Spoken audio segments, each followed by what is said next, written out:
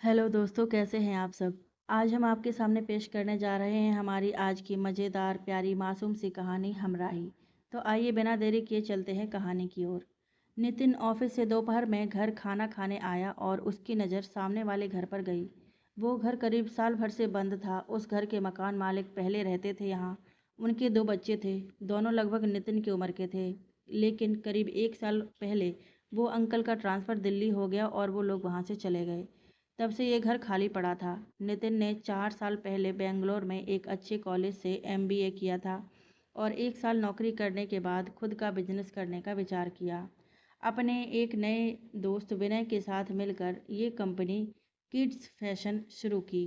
दोनों दोस्तों ने एमबीए भी साथ किया और अब पार्टनरशिप में कंपनी खोली है। नितिन ने खुद अपनी मेहनत से बच्चों के कपड़े बनाने की ये छोटी सी कंपनी शुरू की है, जो धीरे धीरे बाजार में अपनी पहचान बना रही है और ग्रोथ कर रही है। उसके घर में मम्मी मोना शाह, पापा मनीष शाह, दादू प्रकाश शाह और एक छोटी बहन रुचि शाह है। उसके पापा एक फाइनेंस कंपनी में जॉब करते हैं, लेकिन अब नितिन उनको अपने साथ अपनी कंपनी में लगाना चाहता है। पापा के रिटायरमेंट में 3 साल बचे हैं, इसलिए वो नौकरी के साथ नितिन को भी बिजनेस में मदद करते हैं। माँ मोना हाउसवाइफ हैं और रुचि अभी कॉलेज में है। वो इंजीनियरिंग के दूसरे वर्ष में है। दादा दादी का स्वर्गवास 10 साल पहले हो गया। दादू रिटायर हो गए हैं। वो अपने उम्र के दोस्तों के साथ सुबह योगा और शाम को उनके साथ पार्क में गपशप करते हैं। दोस्तों के साथ कभी कभी घूमने भी चले जाते हैं। कुल मिलाकर एक खुशहाल फैमिली है। आज नितिन एक फ़ाइल लेने दोपहर में घर आया है और सोचा आज लंच घर पर ही करता हूँ, माँ के हाथ का बना हुआ। रोज़ तो कैंटीन का ही खाना पड़ता है। वो अक्सर डिनर सबके साथ करता है, लेकिन कई बार वो बिजनेस के सिलसिले में बाहर जाता है तो डिनर भी सबके साथ नहीं कर पाता है। नया नया बिजनेस है तो भाग दौड़ भी बहुत करनी पड़ती है। आज इस सामने वाले घर के आगे ट्रक खड़ा है, उसमें से सामान उतर रहा है और कुछ लोग घर में भी खड़े हुए हैं। तभी उसकी नज़र एक लड़की पर गई जो एक संदूक उतार रही थी और उसके हाथ में वो संदूक लड़खड़ा रहा था। गिरा गिरा अब गिरा नहीं गिरा। नितिन संदूक के झुकाव को देखकर खुद ही बड़बड़ा रहा है। संदूक गिर ही गया। मोहतरमा, ये मजदूर शोपीस के लिए बुलाए हैं क्या? उनको उनका काम करने दो, आप क्यों तकलीफ कर रही हो? नितिन उस लड़की से बोला जो अब उसके उस संदूक को उठाने की कोशिश कर रही थी। जी, आप मुझसे कह रहे हैं? नहीं, मैं तो इस हवा से कह रहा हूँ, शायद सुन ले। जी। क्या जी जी लगा रखी है? मैं आप ही से कह रहा हूँ। ये संदूक मजदूरों को उठाने दें, आपके बस का नहीं है। इसमें मेरी कुछ कीमती सामान है जिसे मैं किसी दूसरे के हाथ में नहीं दे सकती। आप कृपया मेरी मदद करेंगे इसे उठाकर अंदर रखने में? क्यों, हीरे मोती भरकर रखे हैं क्या इसमें? जी, उनसे भी कीमती सामान है इसमें। मदद तो मैं कर दूंगा, लेकिन मुझे मेहनताना क्या मिलेगा? जी, हे भगवान, कहाँ फंस गया। इसकी सुई तो जी से आगे ही नहीं बढ़ रही है, जी पर ही अटक गई है। जी, कुछ नहीं। लाओ लाओ, किधर रखना है ये संदूक? जी, इसे बस अब एक बार भी और जी नहीं। आपका ये जी पुराण बंद करो और इसे उठवाने में मेरी मदद करो। हाँ हाँ। नितिन उस लड़की के साथ मिलकर उस संदूक को अंदर घर में रख देता है। नमस्ते अंकल आंटी, नमस्ते। घर के अंदर नितिन को एक अंकल आंटी मिलते हैं। नमस्ते बेटा, कहाँ रहते हो? जी, आपके सामने वाले घर में। नितिन के जी कहने पर वो लड़की उसे घूर कर देखने लगती है और नितिन उसके घूरने पर नज़रअंदाज करके वहाँ से चला जाता है। वो अपने घर आकर माँ से बात करता है। माँ, सामने कोई रहने आया है क्या? हाँ, आज सुबह से सामान तो उतर रहा है, अभी बात नहीं हुई है मेरी उनसे। सोच रही हूँ चाय नाश्ता भिजवा देती हूँ, क्योंकि अभी रसोई तो जमी नहीं है उनकी और थक भी गए होंगे। वाह मेरी मदर इंडिया, सबकी चिंता खत्म हो गई हो तो कुछ अपने बेटे की चिंता भी कर लो, उसके पेट में चूहे कूद रहे हैं। नितिन प्यार से अपनी माँ के साइड से गले लगकर बोला। हाँ, तू हाथ मुंह धोकर आ, मैं तेरे लिए खाना लगा कर रखती हूँ। माँ प्यार से उसके बालों पर हाथ घुमाकर बोली। माँ ने नितिन को खाना देकर खुद भी उसके साथ ही खाना खाया, फिर थोड़ा सा चाय नाश्ता और नौकर के साथ सामने वाले घर भी भिजवा दिया। नितिन भी खाना खाकर और अपनी फाइल लेकर ऑफिस निकल गया। नितिन ऑफिस आकर अपने काम में उलझ गया और सुबह की घटना भूल गया। नितिन की सेक्रेटरी रिनी नितिन को बहुत पसंद करती है, लेकिन वो शादी करने तक का सफ़र करने में यकीन नहीं रखती है। नितिन रिनी को फाइल लेकर अपने केबिन में बुलाता है। रिनी, आज कहाँ पर मीटिंग्स हैं, उनके डिटेल्स दो और थोड़ा जल्दी। रिनी फाइल बताने के लिए नितिन के पास जाकर खड़ी हो जाती है। बहन, आप थोड़ा दूर से बताएंगे तो भी मुझे सुनाई देगा। सर, आप मुझे बहन ना बोला करिए, रिनी ही बोला करिए। बहन जी, आप अपनी लिमिट में रहेंगी तो मुझे बहन बोलने की ज़रूरत नहीं है। HR में इन्फॉर्म कर दो कि एक CA उम्मीदवार के लिए इंटरव्यू अरेंज करें। हमारे पुराने CA नौकरी छोड़ रहे हैं, अपने बेटे के साथ रहने जा रहे हैं। अब जाओ और काम पर लगो। रिनी मुंह बनाकर निकल जाती है। अपने आप को समझता क्या है, अच्छे अच्छे मुझसे बात करने को तरसते हैं, लेकिन हाय मेरा दिल इस घमंडी पर आ गया है। सोनिया सुनना, क्या मैं खराब दिखती हूँ, सुंदर नहीं हूँ क्या? रिनी अपनी दोस्त सोनिया से पूछती है। तू तो लाखों में एक है, क्यों, क्या हो गया? अरे वो घमंडी मुझे बहन जी बोलता है, मुझ पर नज़र ही नहीं डालता। वो हमारे बॉस हैं, उनके बारे में ऐसे मत बोल। और वैसे भी वो ऑफिस स्टाफ के साथ प्रेम कहानियाँ चलाएंगे तो ऑफिस का माहौल कैसा हो जाएगा। लेकिन मैं मेरे दिल का क्या करूं, वो उसके घुंघराले बालों में अटक गया है। तो अपने दिल से बोल, उन बालों से जुएं निकाल ले। नितिन एक बहुत ही हैंडसम बंदा है। घुंघराले घने बाल, ऊंचा कद, जिम में मेहनत से बना हुआ कसरती बदन, गोरा रंग और चेहरे पर हल्की सी दाढ़ी। कॉलेज में भी लड़कियां उसके साथ दोस्ती करने को लालायित रहती थी, लेकिन वो एक हद से ज़्यादा किसी से बात ही नहीं करता था।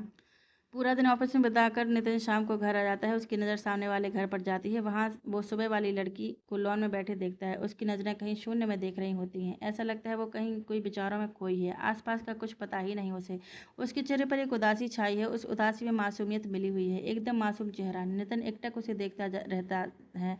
लंबी कमानदार भौहें, दूध में केसर घुले और रंग ऐसा, काले लंबे बाल जो कमर तक आ रहे हैं, गुल आकार चेहरा और उदास चेहरा लिए उसकी आंखें। उसके बाल उड़ उड़ कर उसके चेहरे पर आ रहे हैं, लेकिन वो अपने ख्यालों में इतनी गुम है कि उसे कुछ होश ही नहीं है। तभी उस लड़की को किसी की नज़रें अपने ऊपर होने का एहसास होता है और वो नितिन की तरफ देखती है। नितिन घबरा कर नज़रें दूसरी तरफ कर लेता है। सोचता है, ये मुझे क्या हो गया है? ज़िंदगी में इतनी लड़कियों से अपने आप को बचाया है और ये क्या हो गया? कभी किसी लड़की को अपनी तरफ ऐसे आकर्षित नहीं किया किसी लड़की ने। वो लड़की भी अपनी नज़रें दूसरी तरफ घुमा लेती है और फिर अपने ख्यालों में खो जाती है।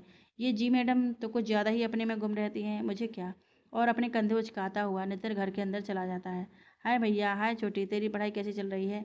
एकदम दौड़ रही है, अगले महीने एग्जाम है, पास होने के आसार हैं या नहीं? दिन भर तो मोबाइल और दोस्तों में लगी रहती है, 2-2 घंटों तक दोस्तों से बातें करती रहती है।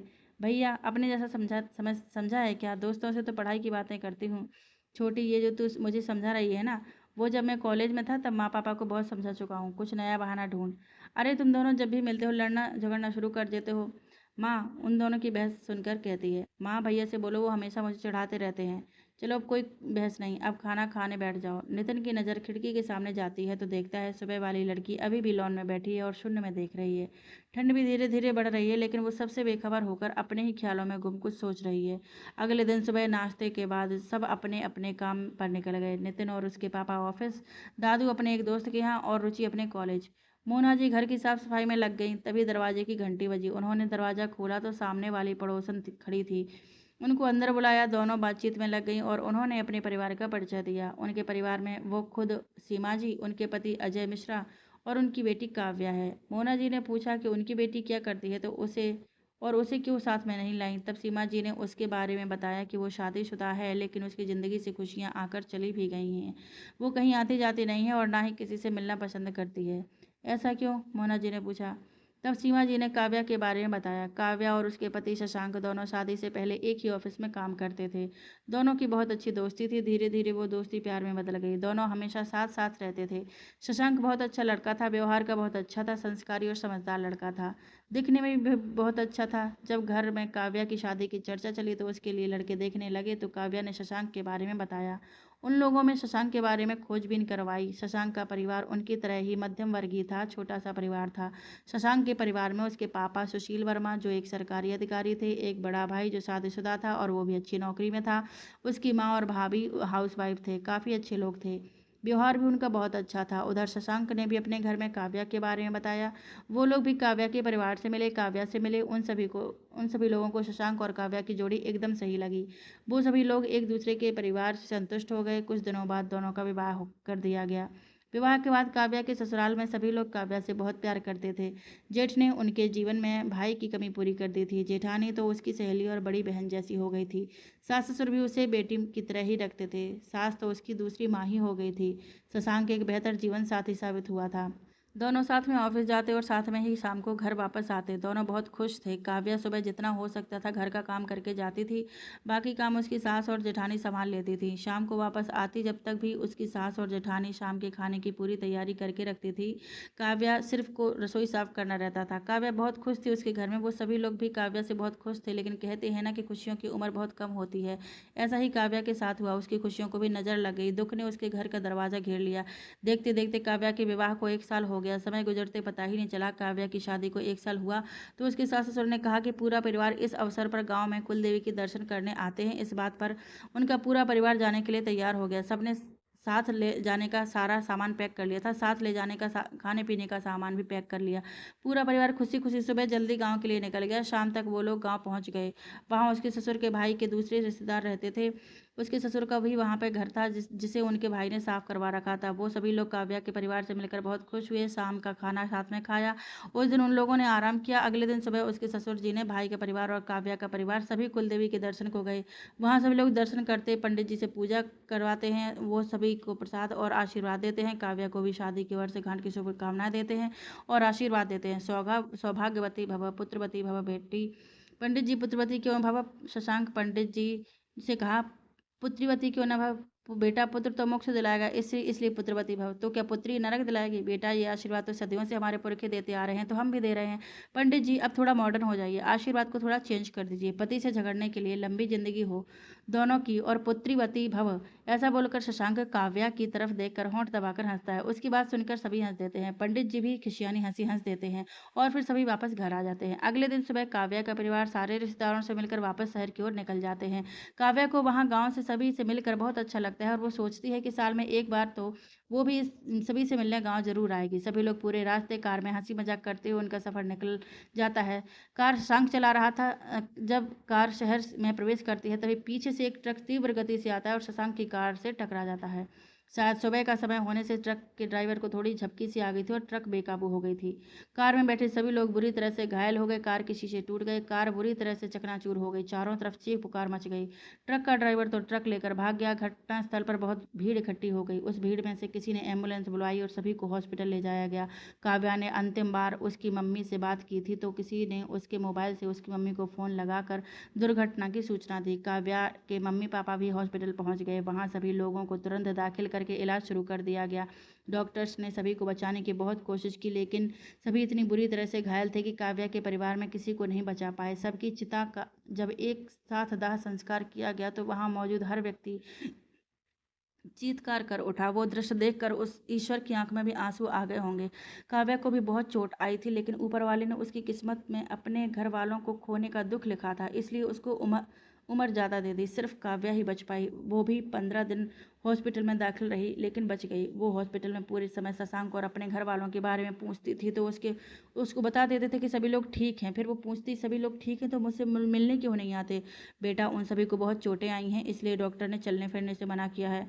मैं ठीक होकर घर जाऊंगी ना तो उन सब का मैं इतना ख्याल रखूंगी कि वो जल्दी से सब ठीक हो जाएंगे। और मम्मी आप देखना, शशांक तो मुझे देखकर ही दौड़ने लग जाएंगे। हाँ बेटा ऐसा ही होगा, लेकिन कोई मेरा फ़ोन क्यों नहीं उठाता? कम से कम मैं बात तो कर लूँ सभी से, शशांक की आवाज़ ही सुन लूँ। सबके फ़ोन भी टूट गए ना दुर्घटना में। जब सब ठीक हो जाएंगे तो सब ठीक हो जाएगा।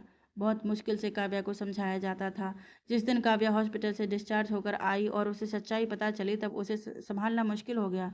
वो इतना चीखी चिल्लाई कि उसके साथ आसमान भी रो दिया। वो बार बार मरने चली जाती, बार बार घर के बाहर निकल जाती मरने के लिए। उसे नींद के इंजेक्शन देकर सुलाया जाता। उसकी हालत देखकर शायद उस ऊपर वाले को भी अपने फैसले पर पछतावा हुआ होगा, लेकिन मैंने किसी का क्या बिगाड़ा जो भगवान ने मुझे इतनी बड़ी सज़ा दे दी? मैंने किसी का बुरा नहीं चाहा। मुझे किन गुनाहों की सज़ा मिल रही है? मुझे नहीं जीना, शशांक के पास जाना है।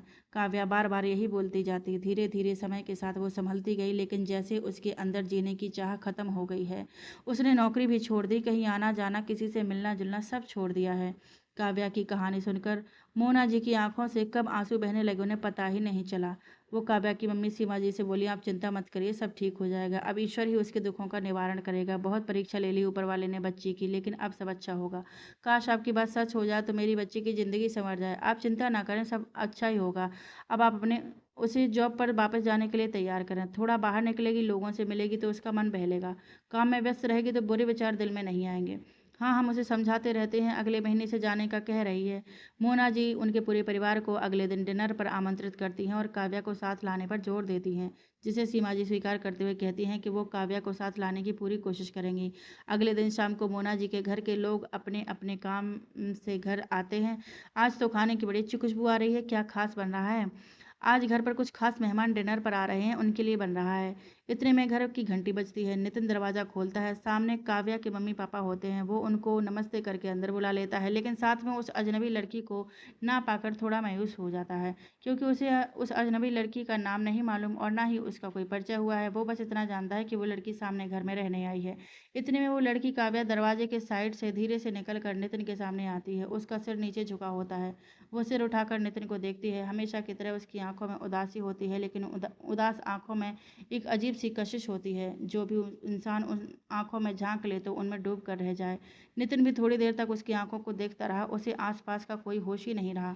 उसे उन गहरी काली आंखों के सिवाय कुछ दिखाई नहीं देता है। अरे काव्या बेटा, अंदर आओ, मोना जी आवाज़ लगाती हैं। तब नितिन को होश आता है। वो हेलो बोलकर दरवाजे से साइड होकर काव्या को अंदर आने की जगह देता है। काव्या अंदर आकर नितिन की मम्मी पापा और दादू को नमस्ते करती है और रुचि के साथ हाथ मिला लेती है। मोना जी सबका आपस में परिचय कराती हैं, लेकिन काव्या के बारे में ज़्यादा नहीं बताती हैं, सिवाय इसके कि वो सीमा जी और अजय की बेटी है, क्योंकि उन्हें लगा कि काव्या के बारे में ज़्यादा बताने से काव्या को दुख होगा। वैसे भी बहुत उदास है। मोना जी के परिवार के लोग भी काव्या से ज़्यादा कुछ नहीं पूछते। वो लोग काव्या के बारे में ज़्यादा कुछ जानते नहीं हैं। सभी लोग डिनर करने बैठ जाते हैं। नितिन और काव्या आमने सामने बैठे थे। नितिन का ध्यान खाने में नहीं था। वो तो बस काव्या की उदास आंखों में उलझ कर रह गया था। काव्या ने हल्के नीले रंग की ड्रेस पहनी थी और बालों को पोनी कर रखी थी। कोई श्रृंगार उसके चेहरे पर नहीं था, सिर्फ आंखों में हल्का सा काजल था, लेकिन उसकी सादगी में भी एक आकर्षण था। वो सादगी में भी भला की खूबसूरत लग रही थी। भैया, लगता है आज आप ऑफिस में ही खाकर आए हैं, इसलिए आपका पेट भरा हुआ है, आपका खाने में ध्यान नहीं है, रुचि बोली, जो काव्या के पास की कुर्सी पर बैठी थी और बड़े ध्यान से नितिन की हरकतों को देख रही थी। मैं वो खाना खाकर आया था ना, इसलिए ज़्यादा भूख नहीं है। नितिन अपनी चोरी पकड़ी जाने पर हड़बड़ा कर बोला। वो रुचि को खा जाने वाली नज़रों से देखता हुआ और आंखों से ही धमकी देता हुआ कि मैं तुझे देख लूंगा, पहले तो आप जो देख रहे हैं वो देखना बंद करें, मुझे तो आप बाद में देख लेना, रुचि नितिन को छेड़ते हुए कहती है। काव्या इस बीच कभी नज़र उठाकर नहीं देखती है। वो सिर्फ जितना पूछा जाए उतना ही जवाब देती है, वो भी सिर्फ हाँ या ना में। रुचि और मोना उससे बातें करती रहती है। मोना जी काव्या की मनोस्थिति जानती हैं, लेकिन रुचि ने सोचा कि शायद नई जगह होने से काव्या को सामंजस्य बैठाने में समय लग रहा है, इसलिए ज़्यादा बात नहीं कर रही है। नितिन मन ही मन सोचता है, हे बजरंगबली, ये मुझे क्या होता जा रहा है? मैं क्यों काव्या के आगे इतना बेबस होता जा रहा हूँ? मेरा खुद पर नियंत्रण क्यों नहीं रहता? वो मेरे बारे में क्या सोचती होगी कि क्या टपोरी इंसान है, बस घूरना आता है। अब जब भी ये सामने आएगी मैं काला चश्मा लगा लूंगा, लेकिन रात में काला चश्मा कैसे लगेगा? मैं कैसा कार्टून देखूंगा? हे पवन पुत्र, क्या करूं मैं? सभी हंसी खुशी डिनर खत्म करके आपस में विदा लेते हैं। काव्या भी सबसे मिलकर घर जाने लगती है। वो एक नज़र नितिन को देखकर हल्का सा मुस्कुरा देती है। ये देखकर नितिन की आंखें फट जाती हैं। उसकी भी बत्ती सी बाहर आ जाती है। अगले दिन नितिन ऑफिस जाता है। आज ऑफिस में नए सीए उम्मीदवार का चयन के लिए इंटरव्यू है। जब नितिन ऑफिस पहुंचता है तो वहां हॉल में कई उम्मीदवार इंटरव्यू के लिए इंतजार करते दिखाई देते हैं। उन्हीं में से उसी एक कुर्सी पर हमेशा की तरह सिर नीचे किए हुए बैठी हुई काव्या दिखाई देती है। ये लड़की भी मेरे दिमाग में ऐसी बैठ गई है कि हर जगह नजर आ रही है। यहाँ ऑफिस में भी नजर आ रही है, और वो भी अपने एक ही अंदाज में। कैसा नजरों का भ्रम है! वो सिर झटक कर केबिन में चला जाता है। इंटरव्यू में पैनल में नितिन, उसका पार्टनर विनय और एक फाइनेंस मैनेजर होते हैं। एक के बाद एक उम्मीदवार आते हैं और इंटरव्यू देते हैं। अगला नाम पुकारा जाता है, काव्या वर्मा। ये सुनकर नितिन चौंक जाता है। काव्या तो मिश्रा है, फिर जरूर कोई दूसरी काव्या होगी। लेकिन जो लड़की अंदर आती है उसे देखकर नितिन बुरी तरह से चौंक जाता है। ये तो वही काव्या है, लेकिन ये वर्मा और मिश्रा का क्या चक्कर है? वहीं काव्या भी नितिन को देखकर चौंक जाती है, क्योंकि उसे भी नहीं पता था कि ये कंपनी नितिन की है। लेकिन वो दोनों अपने आप को एकदम सामान्य बना लेते हैं। काव्या का इंटरव्यू होता है। चूंकि वो पहले भी जॉब कर चुकी है और उसे काम का काफ़ी अनुभव भी है, इसलिए उसका इंटरव्यू भी बहुत अच्छा होता है। उसे फाइनेंस मैनेजर बोलता है कि वो रिजल्ट के बारे में उनको मेल कर देंगे। काव्या एक नज़र नितिन को देखती है और उठकर बाहर आ जाती है। नितिन अभी भी सोच रहा था कि ये हकीकत है या सपना। सभी उम्मीदवारों के इंटरव्यू हो जाते हैं। अंत में परिणाम में चयन काव्या का किया जाता है, क्योंकि उसका इंटरव्यू भी अच्छा था और काम का अनुभव भी था। उसका रिकॉर्ड भी बढ़िया था। लेकिन नितिन रोज काव्या को देखने के ख्याल से घबरा जाता है, क्योंकि फाइनेंस वो देखता था और विनय मार्केटिंग, तो उसे रोज काव्या से मिलना ही पड़ता। इतने सारे उम्मीदवारों ने इतना अच्छा इंटरव्यू दिया, उनमें से कोई चयनित कर लो। वो कविता और मितेश दोनों का रिकॉर्ड अच्छा है, लेकिन हमारी कंपनी के लिए जैसी योग्यता चाहिए और जो कंपनी की शर्तों को पूरी उतरती है, वो काव्या वर्मा ही है, विनय कहता है। नहीं, मितेश या कविता दोनों में से एक को कर लिया जाए तो वो दोनों भी तो योग्य हैं। क्यों, तुझे काव्या वर्मा से कोई प्रॉब्लम है क्या? कोई निजी दुश्मनी है, या तुझे डेट से मना कर दिया, या फिर तुझे घास नहीं डाली थी कॉलेज में? लेकिन वो तो हमारे कॉलेज में थी ही नहीं। विनय नितिन को अजीब नजरों से घूरते हुए पूछता है, अरे क्या यार, तू भी घास बकरी डेट लेकर बैठ गया? तो क्या बात है, तू बता। जब काव्या कंपनी के लिए एकदम सही उम्मीदवार है तो अब तू क्यों मना कर रहा है? कोई उचित कारण हो तो बता। मैं वो इसलिए कह रहा था। हाँ, तू अब बकरी की तरह आराम से मैं करता रहे। कंपनी के लिए काव्या वर्मा सही उम्मीदवार है, और मैं बोल देता हूँ उससे मेल करने के लिए। विनय उठकर चला जाता है। नितिन भी अपने केबिन में आ जाता है। ये काव्या यहाँ आ जाएगी तो मैं काम कैसे करूँगा? कंपनी कैसे चलेगी? कभी कभी तो मुझे लगता है कि ये कंपनी भी मेरी है या नहीं। मेरी तो कोई सुनता ही नहीं। चल बेटा, अब ओखली में सिर डाल दिया है तो ऊसल सिर क्या डरना। जो होगा देखा जाएगा। उस काव्या नाम की बला से ज़्यादा दूर रहना होगा। लेकिन वो भी तो नहीं होता। ये दिल तो उसकी आंखों में ही डुबकी लगाता है। लेकिन वो तो मिश्रा थी, वर्मा कैसे हो गई? उसकी फाइल में भी काव्या वर्मा लिखा है। क्या रहस्य है इस लड़की में? बेटा नितिन, सोचना कम कर और थोड़ा काम कर ले। विनय अंदर आते हुए बोलता है। काव्या को मेल कर दिया है और 1 हफ्ते में उसे ज्वाइन करना है। नितिन कोई जवाब नहीं देता और उठकर केबिन से बाहर निकल जाता है। इसे क्या हुआ, विनय सोचता है। शाम को नितिन ऑफिस से घर आता है तो वो देखता है कि आज भी काव्या अपने घर की लॉन में वैसे ही उदास आंखों से शून्य को देखते हुए बैठी है। लेकिन उसका ध्यान नितिन की तरफ नहीं है। नितिन उसे देखता ही रह जाता है। उसे लगता है कुछ तो खास है इस चेहरे में जो दिल मेरा उसी का मुंतजिर है। कुछ खास है इन आंखों में जो दिल मेरा उसमें डूबने को तमन्नाई है। कुछ खास है इन जुल्फों में जहाँ दिल मेरा पनाह चाहता है। लो, अब मैं शायर भी बन गया। यही एक कमी रह गई थी, वो भी पूरी हो गई। भैया, हमारे घर का दरवाजा उधर नहीं इधर है, रुचि हंसती हुई बोली, जो छत पर खड़ी हुई थी और नितिन को देख रही थी। नितिन रुचि को घूरते हुए घर के अंदर आ जाता है। अगले दिन नितिन ऑफिस जाता है। उसकी नज़र अपने केबिन के सामने बने सीए के केबिन पर गई। वहां तो वो सितमगर बैठी हुई थी। वो थोड़ी देर उसे देखता रहा। काव्या अपनी टेबल जमा रही थी। उसने आज सफ़ेद रंग का ड्रेस पहना हुआ था और उसमें वो बिल्कुल आसमान से उतरी परी लग रही थी। लेकिन उदासी ने तो जैसे उसकी आंखों में घर बसा लिया है। सिंपल सी एक चोटी बना रखी थी और सलीके से दुपट्टा कंधों पर डाल रखा था। हमेशा की तरह उसकी सादगी में भी खूबसूरती बेमिसाल थी। नितिन ने एक गहरी सांस ली और अपनी सेक्रेटरी रिनी को बुलाया। गुड मॉर्निंग सर, आज तो बहुत ही हैंडसम लग रहे हो गया सुबह का? सुबह तुम्हारा फ्लर्ट चालू? आप करने ही कहाँ देते हैं? रिनी ने धीरे से बुदबुदाया। क्या बड़बड़ा रही हो? कुछ नहीं सर, आप बताइए, कुछ काम था? हाँ, वो नई सीए जिसने आज ज्वाइन किया है उसे मेरे पास भेजो, और साथ में फाइनेंस मैनेजर को भी भेज दो। जी सर, अभी भेजती हूँ। थोड़ी देर बाद काव्या और फाइनेंस मैनेजर दोनों ही नितिन के केबिन में होते हैं। मिस काव्या, ये फाइनेंस मैनेजर मिस्टर जोशी हैं। ये आपको सब समझा देंगे और कोई ज़रूरत हो तो आप इनकी मदद ले सकती हैं। आप हमारी कंपनी के सारे डॉक्यूमेंट्स अच्छे से पढ़कर समझ लीजिए। जी सर, मैं मिस्टर जोशी की मदद से सब मैनेज कर लूँगी, धन्यवाद। नितिन मिस्टर जोशी को काम समझाने को कह देते हैं। काव्या और मिस्टर जोशी केबिन के बाहर चले जाते हैं। विनय नितिन के केबिन में आता है। अब तो सब ठीक है ना? तुझे कोई प्रॉब्लम तो नहीं है काव्या से? विनय पूछता है। तेरे जैसे दोस्त हो तो दुश्मन की क्या जरूरत ही नहीं है। अब तूने रख ही लिया है इसे जॉब पर तो निभाना तो पड़ेगा ही ना। नितिन मुंह बिगाड़ता हुआ कहता है। विनय हंसते हुए उसके केबिन से बाहर चला जाता है। वो दिन ऐसे ही गुजर जाता है। बीच बीच में नितिन काव्या के केबिन की तरफ देख लेता। काव्या हमेशा की तरह सिर झुकाकर काम करते हुए नजर आती। शाम को वो घर जाने को निकलता है तो देखता है कि काव्या अभी रिक्शे का इंतजार कर रही खड़ी थी। आइए, मैं भी घर जा रहा हूँ, आप मेरे साथ कार में आ जाइए। काव्या 2 मिनट तक सोचती रही और फिर वो नितिन की कार में बैठ जाती है। वो क्या है ना कि मेरी स्कूटी आज बहुत दिनों बाद चलाने के लिए निकाली तो वो चालू ही नहीं हुई। मैकेनिक को दी है ठीक करने के लिए, शायद बैटरी बदलनी होगी। आज पापा ठीक करा कर ले आएंगे। कोई बात नहीं, ठीक ना भी हुई तो आप मेरे साथ आ सकती हैं, आखिर हमारा रास्ता तो एक ही है। थोड़ी देर के लिए कार में खामोशी छा जाती है। अगर आप बुरा ना माने तो क्या मैं एक बात आपसे पूछ सकता हूँ? नितिन ने कहा। हाँ जी, पूछिए। आप मेरे बॉस हैं, आपको मैं कैसे मना कर सकती हूँ? नहीं, यहाँ मैं आपका बॉस नहीं, बॉस तो ऑफिस में होता हूँ। ये एक मित्र की हैसियत से पूछ रहा हूँ।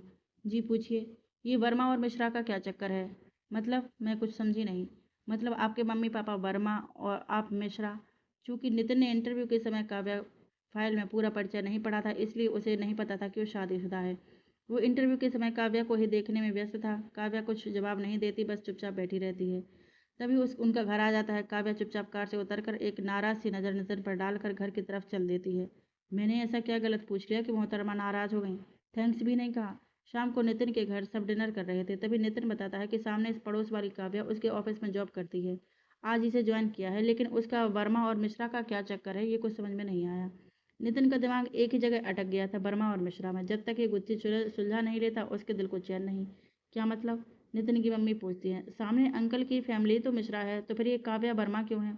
तब उसकी मम्मी उसको काव्या की कहानी बताती हैं। उसे उसे सुनकर सबकी आंखें नम हो जाती हैं। इतनी प्यारी बच्ची की खुशियों की उम्र कितनी छोटी थी। उसने छोटी सी जिंदगी में कितने दुख देख लिए। नितिन के पापा बोलते हैं। नितिन भी सोचता है कि इसीलिए काव्या की आंखें हमेशा उदास रहती हैं। वो हमेशा कहीं गुम सी रहती है। उसका दिल बहुत दुखी हो जाता है। वो सोचता है कि क्या करे कि काव्या की ज़िंदगी में वापस खुशियों से भर जाए। अगले दिन काव्या की स्कूटी ठीक हो जाती है, इसलिए वो स्कूटी से ऑफिस जाती है। जब वो स्कूटी से निकलती है तभी नितिन भी अपनी कार लेकर निकलता है और काव्या को स्कूटी से जाते देखता है। ऑफिस पहुंचकर दोनों अपने अपने काम में लग जाते हैं। नितिन बीच बीच में काव्या के केबिन की तरफ देख लेता है। हमेशा की तरह काव्या सिर झुकाए अपना काम करती नजर आती है। वो ऑफिस में भी किसी से ज़्यादा मतलब नहीं रखती और ना ही किसी से बात करती है। अपना काम ही करती रहती है। लंच में नितिन उसे केबिन में बुलाता है। सर, आपने बुलाया मुझे? हाँ, तुम ऑफिस में अभी किसी से को ज़्यादा जानती नहीं हो और अकेले लंच करोगी तो मेरे साथ लंच कर सकती हो। थैंक यू सर, लेकिन मुझे कोई दिक्कत नहीं है अकेले लंच करने में। मुझे अकेले रहना ज़्यादा पसंद है। ऐसा बोलकर काव्या नितिन की केबिन से निकल जाती है। लंच के बाद नितिन काव्या के केबिन की तरफ देखकर कुछ सोचता है, तभी विनय उसके केबिन के अंदर आता है। वहाँ दाल नहीं गलने वाली? क्या मतलब? यहाँ तेरी ये नज़र है मेरी, जहाँ मुझे खबर है। लेकिन वो शादीशुदा है। किसकी बात कर रहा है तू? अब अनजान बनने का नाटक मत कर मेरे सामने। मैं काव्या की बात कर रहा हूँ। तुझे मालूम है क्या वो शादीशुदा है? हाँ, उसकी फाइल पढ़ी थी, इंटरव्यू लिया था तब। तूने भी तो पढ़ा था। लेकिन नितिन विनय को नहीं बताता कि काव्या के साथ क्या हादसा हुआ है और वो विधवा है। नितिन फाइनेंस के कुछ काम से काव्या को केबिन में बुलाता है। वहाँ काव्या से डिस्कस करके उसके सारे फाइनेंस के केस निपट जाते हैं। नितिन काव्या के दिमाग का कायल हो जाता है। वो सोचता है जितनी मासूम और खूबसूरत है उतनी ही दिमाग से भी होशियार है। ब्यूटी विद ब्रेन है। काव्या, तुम हमेशा खामोश रहती हो। मुझे अपना दोस्त समझ सकती हो, हम पड़ोसी भी तो हैं। सर, ऑफिस में आप मेरे बॉस हैं, ऑफिस के बाहर तो बॉस नहीं ना मैं। वहाँ तो तुम मुझे दोस्त मान ही सकती हो। जी, कोशिश करूँगी दोस्ती की, लेकिन मुझे लोगों से मिलना पसंद नहीं है। काव्या मुस्कुराकर कहती है। लेकिन मैं लोगों कहाँ हूँ, मैं तो अकेला इंसान हूँ। जी ठीक है। नितिन की बात पर काव्या हंस देती है और केबिन से बाहर चली जाती है। आज तो मैंने भगवान से और कुछ भी मांगा होता तो मिल जाता। आज तो जी मैडम हंसी भी और मुस्कुराएं भी। आज पहली बार उनके जी पर मुझे गुस्सा नहीं आया। नितिन काव्या को पहली बार हंसते मुस्कुराते देखकर खुश होकर मन में सोचता है, हे बजरंगबली, मुझे माफ़ कर देना, मैं आपसे थोड़ा अलग रास्ते पर चल रहा हूँ। आप मुझसे नाराज़ मत होना, मैं भी क्या करूँ। उन गहरी आंखों को देखते ही मेरा दिल बेकाबू हो जाता है। फिर मुझे आपका रास्ता याद ही नहीं रहता बजरंगबली। हम दोनों की दोस्ती तो बहुत पुरानी है, इसलिए वो दोस्ती का ख्याल करके मुझसे नाराज़ मत होना। वो अकेले अकेले मुस्कुराते हुए गुनगुनाता है। रिनी केबिन के बाहर खड़ी होकर कांच से अंदर नितिन को अजीब नज़रों से देखती है और तभी नितिन की नज़र भी उस पर पड़ जाती है। अंदर आ जाओ। सर, आपको क्या हो गया? आज पहली बार आपको अकेले मुस्कुराते और गुनगुनाते देखा है। कुछ नहीं, आज तो तुम बहुत सुंदर लग रही हो। सर, ये कहीं सपना तो नहीं? रिनी खुद को चिकोटी काटती है। आज आपने मेरी तारीफ की है, लेकिन अब कोई फ़ायदा नहीं है। मेरी सेटिंग हो गई है अब। मैं आपके साथ डेट पर नहीं आने वाली। नहीं, मुझे डेट वेट पर नहीं जाना, तुम सचमुच सुंदर लग रही हो। शाम को नितिन और काव्या लगभग साथ ही घर पहुंचते हैं। दोनों थोड़ी देर के घर के बाहर खड़े होकर बात करते हैं, जिसमें भी नितिन ही ज़्यादा बोलता है, काव्या सिर्फ सुनती है। फिर दोनों अपने अपने घर चले जाते हैं। घर की खिड़की से काव्या की मम्मी ये सब देख लेती हैं और वो अपनी बेटी में आए इस बदलाव से खुश हो जाती हैं। अब कभी कभी काव्या अपनी मम्मी के साथ नितिन के घर भी चली जाती है। नितिन की बहन रुचि से उसकी दोस्ती भी हो गई है। हालांकि रुचि काव्या से छोटी है, लेकिन बातें उसकी बड़ी और मज़ेदार होती हैं। काव्या में ये बदलाव देखकर नितिन की मम्मी मोना जी को भी बहुत अच्छा लगता है, क्योंकि वो काव्या को अपने दिल के करीब महसूस करती हैं, उसके दुख को बहुत ज़्यादा महसूस करती हैं। जिनकी खुद की बेटियां होती हैं वो दूसरों की बेटी के दर्द को ज़्यादा महसूस करते हैं। मोना जी और काव्या की मम्मी की भी अच्छी दोस्ती हो गई है, इसलिए भी मोना जी काव्या के दर्द को अपना समझने लगी हैं। काव्या उनको अपनी बेटी जैसी ही लगने लगी है। अगले दिन सुबह सुबह नितिन माँ को नाश्ते के लिए आवाज़ लगाता है। आजकल देख रही हूँ तुझे ऑफिस जाने की बहुत जल्दी रहती है, पहले इतना जल्दी नहीं मचाता था। चक्कर क्या है? कोई चक्कर नहीं है मम्मी, आजकल ऑफिस में काम ज़्यादा रहता है। हाँ, काम के साथ साथ पड़ोसियों का भी ध्यान रखना पड़ता है भैया को। रुचि भी बोल पड़ी, जो कि नितिन की भावनाओं को समझने लगी थी। छोटी तो कुछ ज़्यादा नहीं बोलने लगी है? ज़्यादा के साथ सही बोलने लगी हूँ मैं। नाश्ता करके सब अपने अपने काम पर निकल जाते हैं। मोना जी साफ सफाई में लग जाती हैं। अगले दिन ऑफिस में नितिन अपने केबिन में कुछ स्टाफ के साथ डिस्कस कर रहा था और उसकी नज़र काव्या के केबिन की तरफ पड़ती है। वहाँ एक जूनियर स्टाफ का लड़का काव्या से कुछ काम के लिए डिस्कस कर रहा था, लेकिन साथ ही साथ वो काव्या को छूने की भी कोशिश कर रहा था। वो बहाने से काव्या को इधर उधर हाथ लगा रहा था और उसकी इस हरकत से काव्या असहज महसूस कर रही थी। नितिन अपने केबिन से बाहर आता है और काव्या के केबिन से उस लड़के और काव्या को बाहर बुलाता है। बाहर सबके सामने नितिन उस लड़के को बोलता है, तुमको कल से ऑफिस आने की ज़रूरत नहीं है। लेकिन क्यों सर? नितिन सबके सामने उस लड़के को एक चांटा रसीद करते हुए कहता है, मेरे ऑफिस में तुम ये हरकतें करने आते हो? लड़कियों से काम के बहाने छेड़छाड़ करते हो? मेरे ऑफिस में वो ही बंदा काम कर सकता है जो लड़कियों की इज्जत करना जानता हो। सभी कान खोलकर सुन लें, इस ऑफिस में जो भी लड़कियों को भोग की वस्तु समझता है और ऐसी गिरी हुई सोच लड़कियों के लिए रखता है, वो अभी ऑफिस छोड़कर जा सकता है। मैं बेइज्जत करके निकालूं उससे पहले वो खुद ही इज्जत से निकल जाए। नितिन की आंखें गुस्से से लाल हो रही थीं, उसका शरीर गुस्से से कांप रहा था। ऑफिस के सभी सदस्यों ने पहली बार नितिन को इतना गुस्से में देखा था। तुम काव्या के पैर छूकर उससे माफ़ी मांगो और बोलो कि दीदी मुझे माफ़ कर दो। वो लड़का काव्या के पैर छूकर दीदी बोलकर माफ़ी मांगता है। वो नितिन से कहता है, सर आप भी मुझे माफ़ कर दीजिए, ये मेरी आखिरी गलती है, भविष्य में फिर कभी ऐसे नहीं करूँगा, लेकिन मुझे नौकरी से निकलने को मत कहिए। मेरा सब्र खत्म हो उससे पहले तुम बाहर निकल जाओ। वो लड़का सर झुकाकर ऑफिस से चला जाता है। बाकी सभी लोग स्तब्ध से खड़े रह जाते हैं। नितिन सबको जाने को कहता है। सभी अपने अपने कामों में लग जाते हैं। सभी नितिन की तारीफ करते हैं कि ऐसा बॉस सभी जगह हो तो लड़कियां सभी जगह सुरक्षित हैं। ऐसा ही समझदार बॉस होना चाहिए जो अपनी साथी महिला कर्मचारी की इज्जत करे। रिनी जो हमेशा नितिन के साथ फ्लर्ट करती थी, आज उसके दिल में नितिन के लिए फ्लर्ट की जगह एक अलग ही सम्मान की भावना आ रही थी, जो एक भगवान के लिए भक्त की होती है। सच ही है, हमारे यहाँ अधिकांश ऑफिस में लड़कियों के साथ गलत व्यवहार किया जाता है। उनको भोग और टाइम पास की वस्तु समझा जाता है। कई ऑफिस में तो खुद बॉस ही अपनी महिला कर्मचारियों की इज्जत नहीं करते।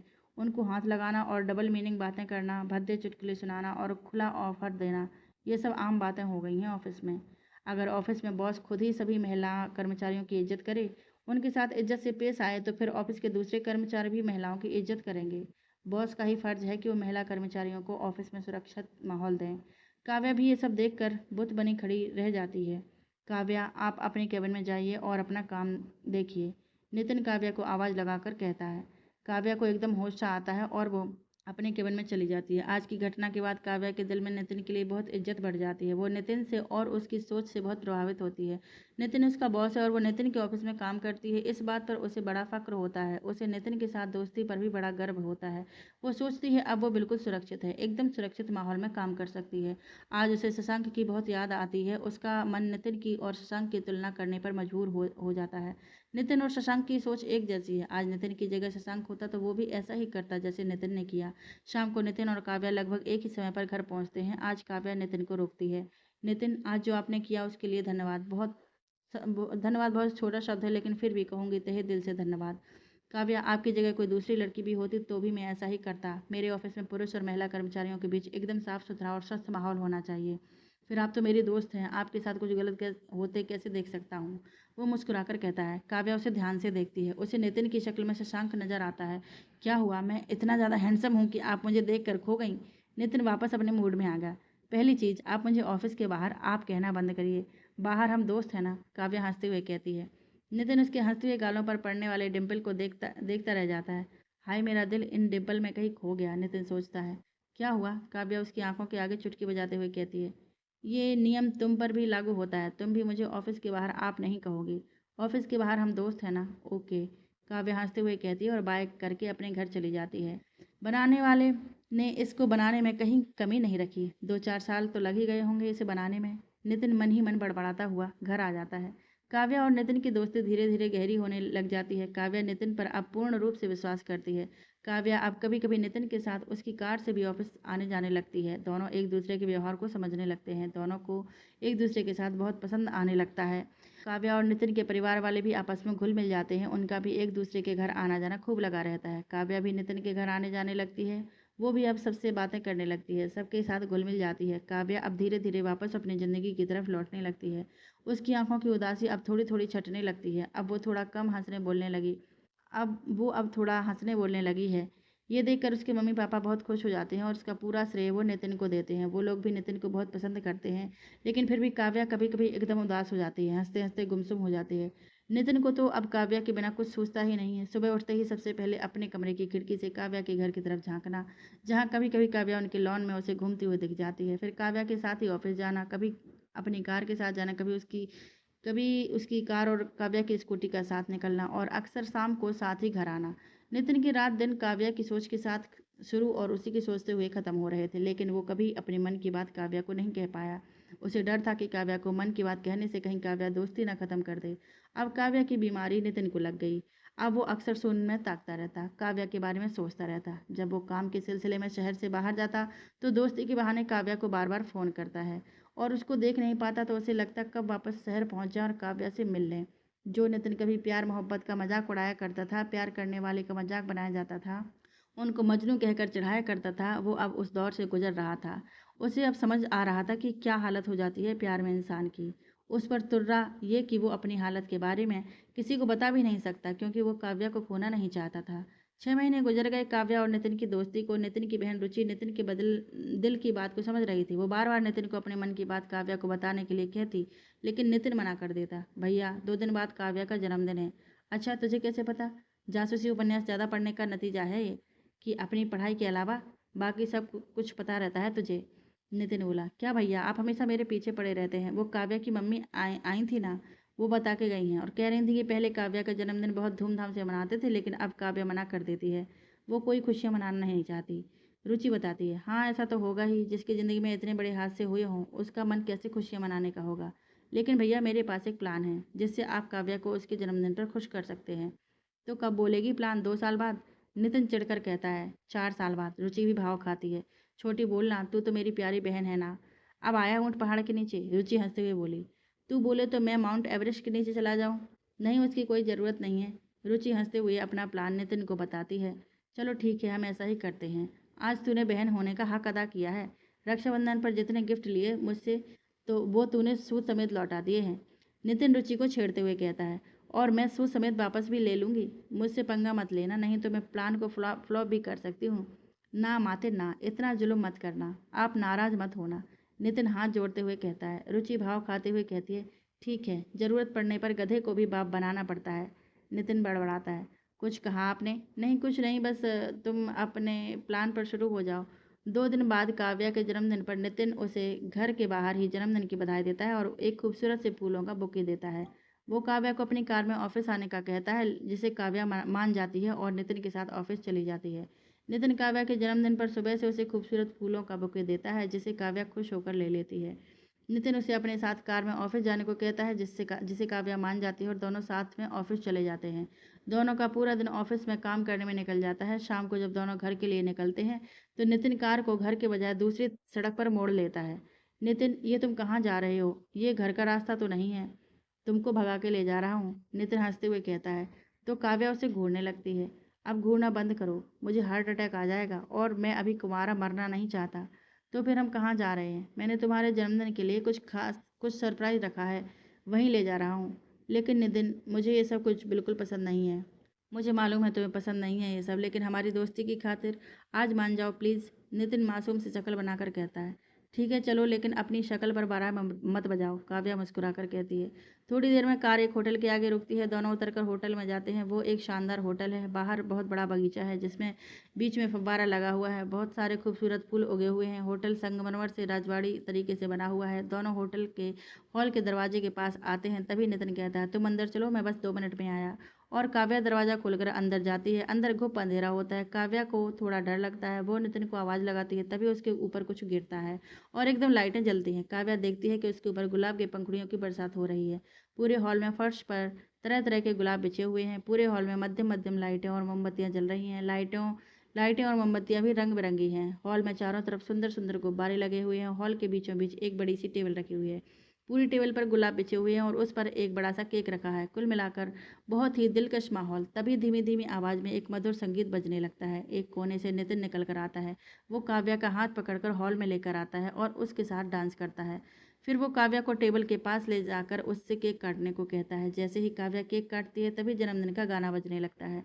बहुत समय के बाद काव्या को खुशी महसूस होती है, शायद 2 साल बाद। वो बहुत खुश हो जाती है। नितिन और काव्या साथ में डिनर करते हैं। नितिन काव्या को बताता है कि ये सब रुचि का प्लान किया हुआ था। काव्या खुश होकर कहती है कि उसने कई सालों बाद अपना जन्मदिन मनाया है। डिनर के बाद वो जाने लगते हैं कि फिर नितिन कहता है कि मैं बस 2 मिनट में आया। काव्या सोचती है पहले 2 मिनट का बोलकर गया था तो इतना शानदार सरप्राइज दिया, अब 2 मिनट का बोलकर गया है, पता नहीं अब क्या सरप्राइज देगा। नितिन आकर काव्या को आंखें बंद करने को बोलता है। काव्या आंखें बंद कर लेती है। थोड़ी ही देर में नितिन आंखें खोलने को बोलता है। काव्या आंखें खोलती है तो देखती है नितिन उसके सामने घुटनों के बल बैठा हुआ है। नितिन एक डायमंड रिंग आगे करके कहता है, काव्या मैं तुमसे बहुत मोहब्बत करता हूँ। तुम मुझे गलत मत समझना, मैं मोहब्बत करता हूँ तो इसका कतई मतलब ये नहीं है कि तुम भी मुझसे मोहब्बत करो, लेकिन मेरा अब मेरे दिल पर काबू नहीं रहा। सोते जागते उठते बैठते हर समय तुम्हारा ही चेहरा नज़र आता है, तुम्हारे ही विचार दिमाग में आते हैं। मैंने बहुत अपने आप को समझाया है कि एक बॉस का अपने एम्प्लॉय के साथ ये सब सही नहीं है, और फिर मेरे ऑफिस में तो बिल्कुल ही नहीं चलता ये सब, लेकिन क्या करूँ, मैं अपने आप को नहीं रोक पाया, इसलिए आज ऑफिस के बाहर तुमसे अपने दिल की बात कह रहा हूँ। अगर तुम मुझे अपने लायक समझो तो मैं तुमसे शादी करना चाहता हूँ। काव्या, अपनी ज़िंदगी के सफ़र में तुम्हें हमसफ़र बनाकर चलना चाहता हूँ। अगर तुम मना करोगी तो मुझे बिल्कुल बुरा नहीं लगेगा। ये पूरी तरह से तुम्हारी मर्जी पर निर्भर करता है। मुझे सिर्फ एक बात की खुशी रहेगी कि मैंने तुम्हें अपने दिल की बात तुमसे कह दी। मन में कोई बोझ नहीं रहेगा। काव्या कुछ देर खामोशी से नितिन को देखती रही। काव्या, कुछ तो बोलो, तुम्हारी खामोशी से मुझे डर लग रहा है। काव्या ने नितिन को खड़ा होने का इशारा किया। नितिन खड़ा हो गया। काव्या ने उसके कस कर एक थप्पड़ मारा। तुम सब मर्द एक जैसे होते हो। तुम लोग हमेशा एक लड़की से दोस्ती का यही मतलब निकालते हो। मैंने तुम्हें अपना सच्चा दोस्त माना और तुम भी दोस्ती का ये सिला दे रहे हो। काव्या रोती हुई बोली और दरवाजे से बाहर जाने लगी। काव्या, प्लीज़ मेरी दोस्ती को गलत मत समझो।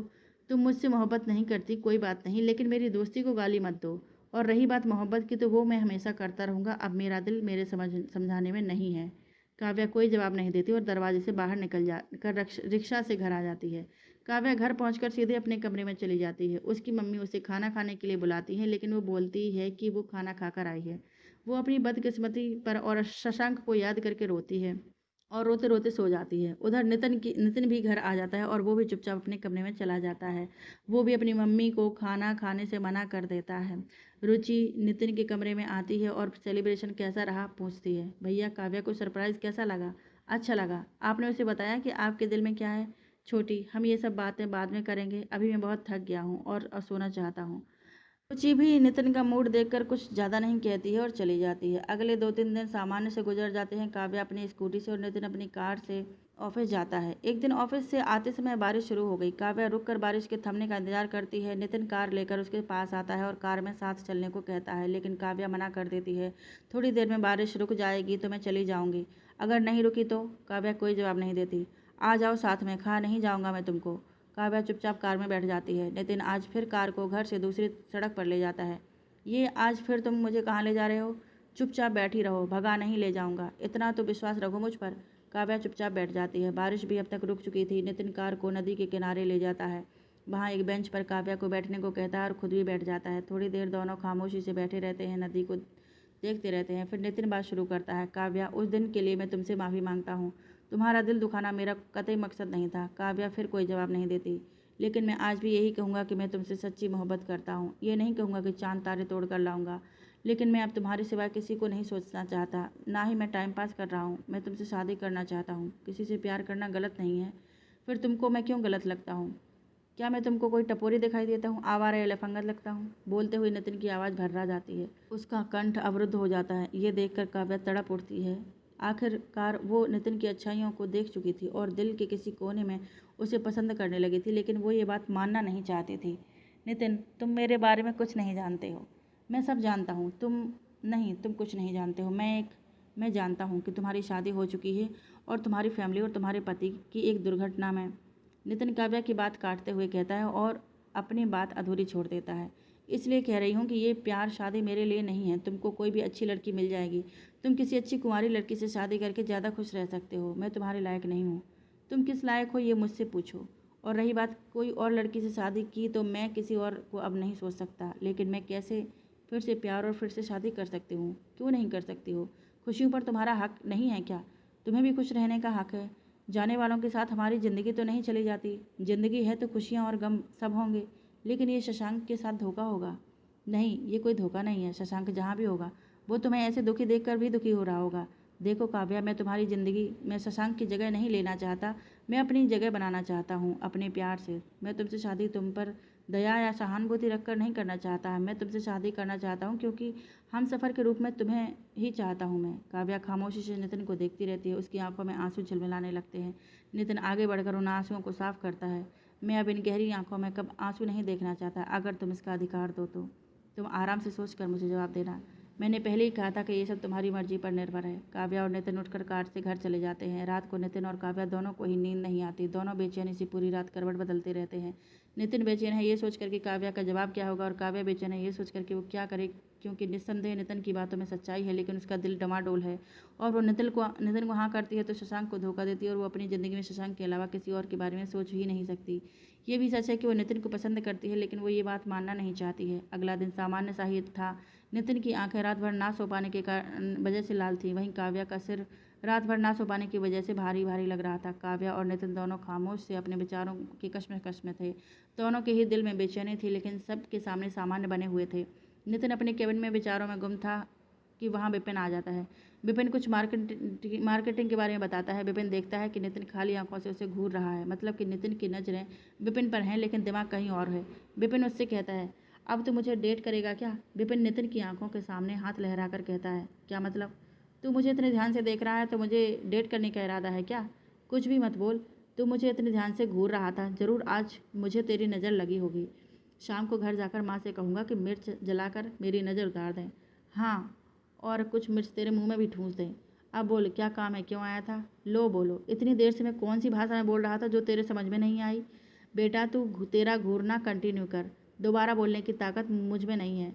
विपिन हंसकर चला जाता है। काव्या हमेशा कुछ सोच में ही रहती है, जैसे कि कोई निर्णय नहीं ले पा रही हो। सुनती कुछ है और करती कुछ और ही है। ऑफिस में किसी को उन दोनों का क्या चल रहा है ये मालूम नहीं है। सभी जानते हैं कि दोनों पड़ोसी हैं, इसलिए अक्सर साथ आते जाते हैं, और फिर सभी नितिन का भी व्यवहार अच्छे से जानते हैं। 3 दिन बाद रात में खाना खाकर नितिन अपने लॉन में टहलता है, तभी उसे व्हाट्सएप पर काव्या का मैसेज आता है। यस, मैं तुमसे मिलना चाहती हूँ। कुछ बातें हैं जिनको तुमसे मिलकर क्लियर करना चाहती हूँ। ओके, कल शाम को ऑफिस के बाद मिलते हैं। अगले दिन शाम को काव्या ऑफिस से नितिन के साथ ही घर के लिए निकलती है। नितिन उसे फिर वहीं नदी के किनारे ले जाता है और वहाँ बेंच पर दोनों बैठ जाते हैं। नितिन, मैं तुम्हारी बातों से सहमत हूँ। मेरा दिल तुम्हारी बातें मानने को कर रहा है। थैंक्स काव्या, मेरी बातों का विश्वास करने के लिए। लेकिन दुविधा ये है कि मैं ये भी एक शाश्वत सच्चाई है कि मैं एक विधवा हूँ। तो ऐसे में समाज क्या कहेगा कि एक विधवा ने? काव्या बात अधूरी छोड़ देती है। समाज से क्यों डरती हो? समाज को तो हर हाल में कहना ही है। 2 साल तुम इतनी परेशानी में रही, कौन सा समाज तुम्हारी मदद करने को आया? अपना दुख तुमने आप ही सहा है, तो अब क्यों समाज का सोचती हो? लेकिन लोग कहेंगे कि मैंने अपने ही बॉस को फंसा लिया। क्यों? बॉस कोई पंछी है जिसे पिंजरे में फंसा लिया? और बॉस कोई छोटा बच्चा भी नहीं है जो मीठी मीठी बातों में फंस जाए। काव्या, मैं बॉस से पहले तुम्हारा पड़ोसी हूँ, तुम्हारा दोस्त हूँ, इसलिए ऐसी बातें मत सोचो। कोई कुछ कहेगा तो मैं जवाब दूंगा। तुमको कुछ कहने से पहले उसे मुझसे बात करनी होगी। मैं हमेशा, हर पल, हर अच्छे और बुरे पल में तुम्हारे साथ हूँ। मुझ पर विश्वास रखो। तुम्हारे मम्मी पापा एक विधवा से तुम्हारी शादी को मान जाएंगे? क्योंकि तुम गुड लुकिंग हो, अच्छा कमाते हो, तो तुमको कोई भी अच्छी सी कुंवारी लड़की मिल जाएगी। फिर क्यों एक विधवा से विवाह? मेरे मम्मी पापा मुझसे बहुत प्यार करते हैं, वो ज़रूर मेरी बात मानेंगे। और मैं कोई गलत काम नहीं कर रहा हूँ, शादी ही तो कर रहा हूँ। उसमें विधवा या कुंवारी क्या, जिससे प्यार करता हूँ उसी से तो शादी करूँगा, उसमें कुछ गलत नहीं है। ठीक है, पहले तुम अपने मम्मी पापा से बात करो, काव्या धीरे से बोलती है, क्योंकि उसे अभी भी शशांक की याद आ रही है और दिल में कहीं लग रहा है कि वो शशांक के साथ धोखा कर रही है। लेकिन वो ये भी जानती है कि उसके मम्मी पापा कभी ना कभी उसकी शादी करेंगे ही, और किसी अनजान से करना इससे अच्छा तो नितिन से करना है। वो उसे जानती है, उसे पसंद भी करती है, और फिर किसी ने सच ही कहा है, शादी उसी से करो जो तुमको प्यार करता हो, उससे ना करो जिससे तुम प्यार करते हो और वो तुमसे ना करता हो। काव्या और नितिन घर आ जाते हैं। नितिन तो बहुत खुश है, उससे उसकी खुशी संभाले नहीं संभल रही। वो रास्ते में काव्या के हाथ पकड़कर कहता है, काव्या, मैं किन शब्दों में तुम्हारा धन्यवाद करूं समझ नहीं आ रहा। तुमने मुझ पर विश्वास किया और मुझे अपने लायक समझा। मेरा विश्वास करो, मैं कभी तुम्हारी आंखों में आंसू नहीं आने दूंगा। इन होठों पर अब हमेशा हंसी खिलती रहेगी, मेरा वादा है। काव्या मुस्कुरा देती है।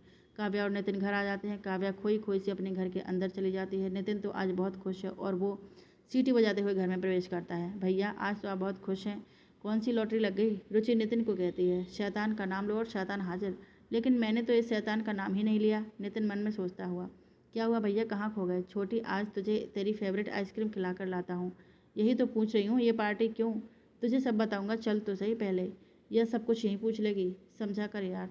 ओके ओके, चलती हूँ। नितिन रुचि को बाजार ले जाता है। वहाँ वो रुचि को काव्या की सारी बातें बता देता है। वो कहता है कि अब उसे मम्मी पापा को काव्या के बारे में बताने के लिए रुचि की मदद चाहिए। रुचि कहती है, भैया ये तो बहुत बड़ी खुशखबरी है कि फाइनली काव्या मान गई। मुझे तो विश्वास ही नहीं हो रहा है कि आपने उसे मना लिया। क्यों, अपने भाई को इतना गया गुजरा समझा है क्या कि मैं काव्या को मना ही नहीं सकता था? मालूम है, इसलिए तो इतने दिन से आपके चेहरे पर 12 नहीं 13 बज रहे थे। छोटी, तुझे मेरी मदद करनी है या नहीं, या फिर सिर्फ मेरा मजाक ही बनाना है? नितिन मुंह बनाते हुए कहता है, ओके मैं तो बस आपकी मदद करने वाली हूँ, लेकिन उसके बदले मुझे क्या मिलेगा? इतनी बड़ी भाभी लाकर दे रहा हूँ, और क्या चाहिए तुझे? हाँ, नितिन बहुत ऊंची करते हुए बोला, आपकी कंजूसी तो जग जाहिर है भैया, लेकिन कोई बात नहीं, भाभी के लिए सब चलेगा, कंजूसी भी। हमारा मम्मी पापा को मनाओ मिशन आज से ही चालू होगा। और नितिन और रुचि एक दूसरे के साथ मस्ती करते हुए घर आ जाते हैं। शाम को डिनर के लिए नितिन, उसके मम्मी पापा, दादू और रुचि सब साथ में बैठते हैं। तभी रुचि कहती है, मम्मी भैया कुछ ज़्यादा बड़े नहीं हो गए? ज़्यादा बड़े हो गए इसका क्या मतलब है? 6 फीट तो ज़्यादा नहीं है। मोना जी बोली, उफ मम्मी, मेरे कहने का मतलब है कि वो उम्र में बड़े हो गए हैं। 27 साल का तो 47 का तो नहीं है। तुम कहना क्या चाहती हो, साफ साफ कहो, गोल गोल घुमाकर मत कहो जलेबी जैसे। ये सुनकर सबके मुंह पर मुस्कान आ जाती है। मम्मी मेरे कहने का मतलब है अब भैया की शादी की उम्र हो गई है। मम्मी मेरे कहने का मतलब है कि भैया की उम्र शादी लायक हो गई है, अब तो उनकी शादी कर देनी चाहिए।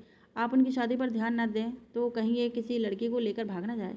ये सुनकर सब हंस देते हैं। अच्छा, हमें तो मालूम ही नहीं था कि नितिन शादी लायक हो गया। अच्छा हुआ दादी अम्मा आपने बता दिया। मोना जी हंसते हुए रुचि से कहती हैं और रुचि मुंह बना लेती है।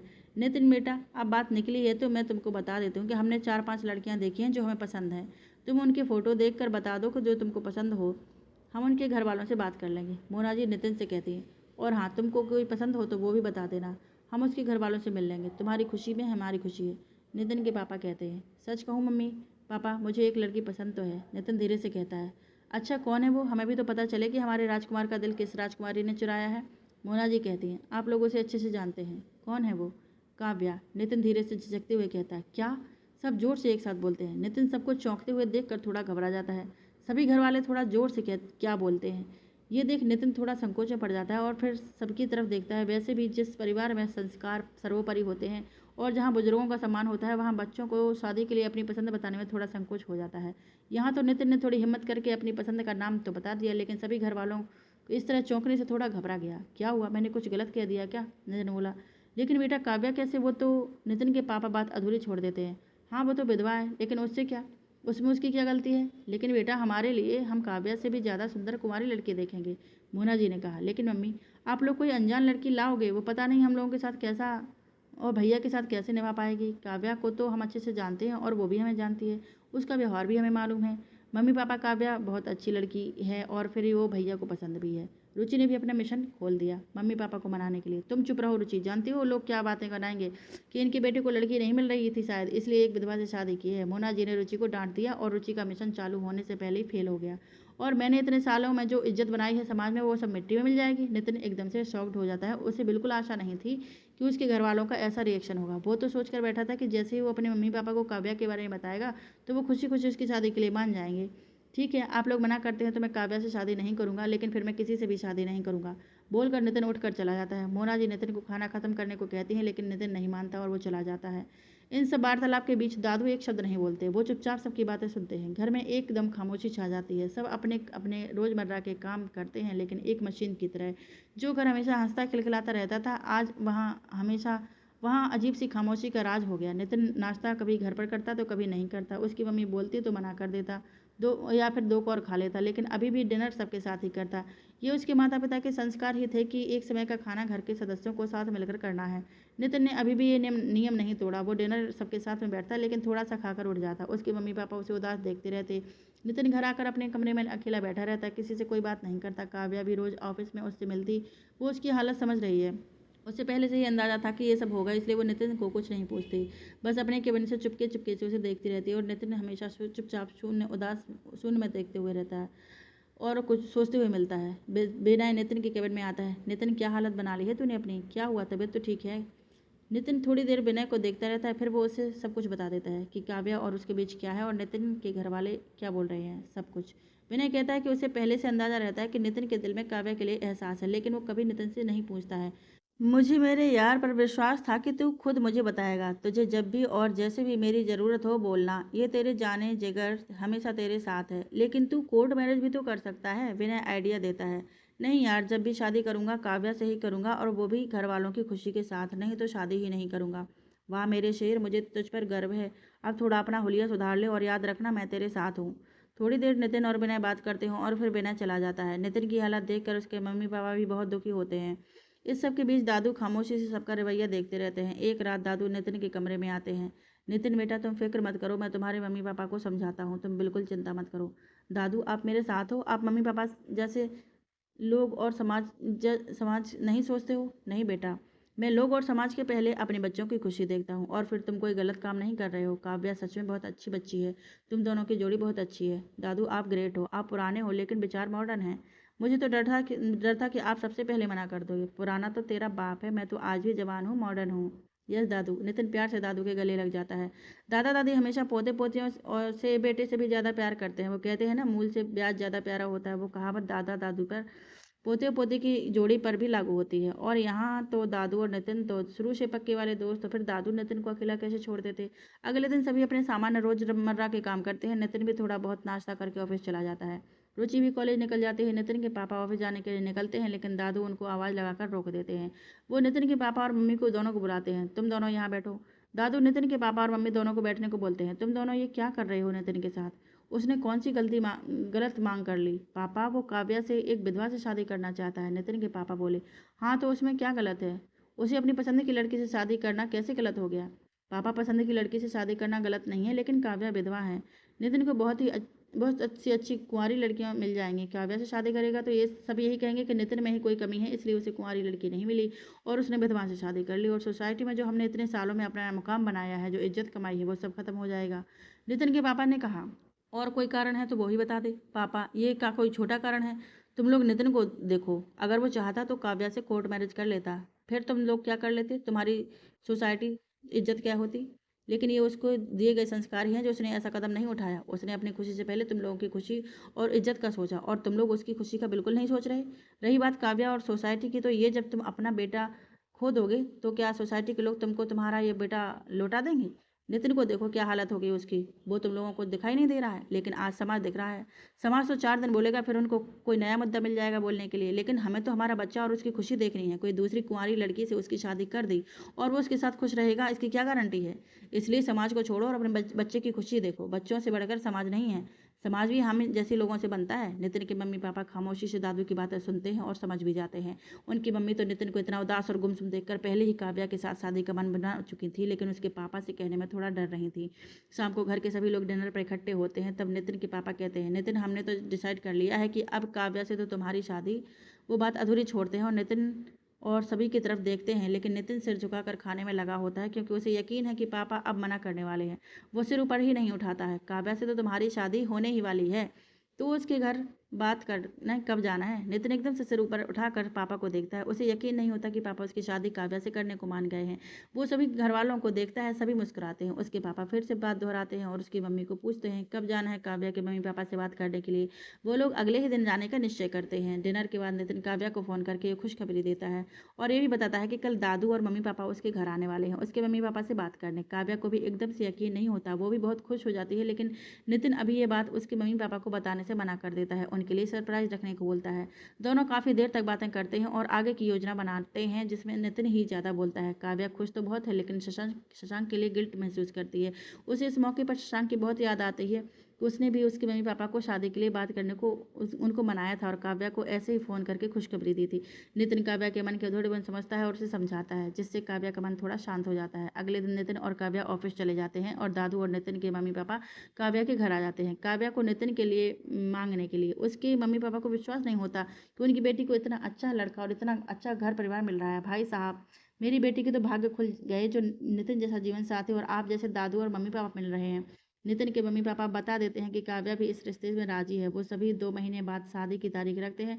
2 महीने तो शादी की तैयारियों में ही एकदम से निकल जाते हैं। दोनों की शादी बहुत धूमधाम से हो जाती है। सभी लोग बहुत खुश होते हैं, लेकिन शादी के पहले तक सभी मेहमानों को मालूम नहीं होता कि काव्या पहले क्या थी। शादी के बाद किसी को ये पता चल गया और सभी रिश्तेदारों में कानाफूसी होने लग गई। मुझे दिखाई के बाद जब काव्या और नितिन अपने कमरे में जाने लगे उनके लिए उठते हैं, मैंने मोना को कितनी अच्छी-अच्छी लड़कियाँ बताई थी नितिन के लिए, लेकिन मोना सबको मना करती रही। बोलती थी कि मैं तो मेरे नितिन के लिए ऐसी लड़की लाऊँगी कि सबकी आँखें चौंधिया जाएँगी। एक रिश्ते की मौसी बोली, हाँ, हमारी आँखें तो चौंधिया गई हैं एक विधवा को नितिन की पत्नी देखकर। मोना क्या इसलिए इतनी लड़कियाँ ठुकरा रही थी? रिश्ते की एक बुआ बोली। उनकी बातें सुनकर काव्या और नितिन ठिठक कर खड़े हो जाते हैं। तभी नितिन की मम्मी बोलती हैं, मौसी जी, बुआ जी, आप मुझसे उम्र में बड़ी हैं, इसलिए मैं आपका अपमान नहीं करना चाहती, लेकिन काव्या विधवा नहीं है, अब वो सुहागन है, मेरे नितिन की पत्नी है और मेरी बेटी है। मैं ऐसी बातें अपने नितिन की सुहागन और मेरी बेटी के लिए नहीं सुन सकती। आप लोग आए अच्छा लगा, लेकिन मेरी आप लोगों से हाथ जोड़कर विनती है कि ऐसी बातें करके मेरे बच्चों का दिल ना दुखाएं और ना ही शादी में हंसी खुशी के माहौल को खराब करें। आप मेहमान हैं, आपकी इज्जत करना हमारा धर्म है और आप खुद को इज्जत से रहना आपका धर्म है। नितिन की मम्मी सभी मेहमानों से बोलती हैं और सभी मेहमान चुप हो जाते हैं। वैसे भी नया युवा वर्ग तो नितिन के इस फैसले से उसके साथ ही था। ये देखकर काव्या और नितिन अपनी मम्मी को देखते रह जाते हैं और मम्मी मुस्कुराकर उनकी तरफ देखती हैं और पलकें झपकाकर सब ठीक है का आश्वासन देती हैं। काव्या और नितिन जीवन के इस सफर में साथ साथ चलने के लिए एक दूसरे का हाथ मजबूती से पकड़ लेते हैं, इस विश्वास के साथ कि अब उनकी ज़िंदगी में कोई मुश्किल नहीं आती है तो उनके मम्मी पापा उनके साथ हैं और वो दोनों उनके साथ मिलकर हर मुश्किल का सामना कर लेंगे। दोस्तों, इस तरह नितिन और काव्या का मोहब्बत का सफ़र पड़ोसी बनकर शुरू हुआ, जिसमें एक मोड़ पर नितिन काव्या का बॉस भी था और अब दोनों पति पत्नी बनकर इस मोहब्बत के सफ़र पर साथ साथ आगे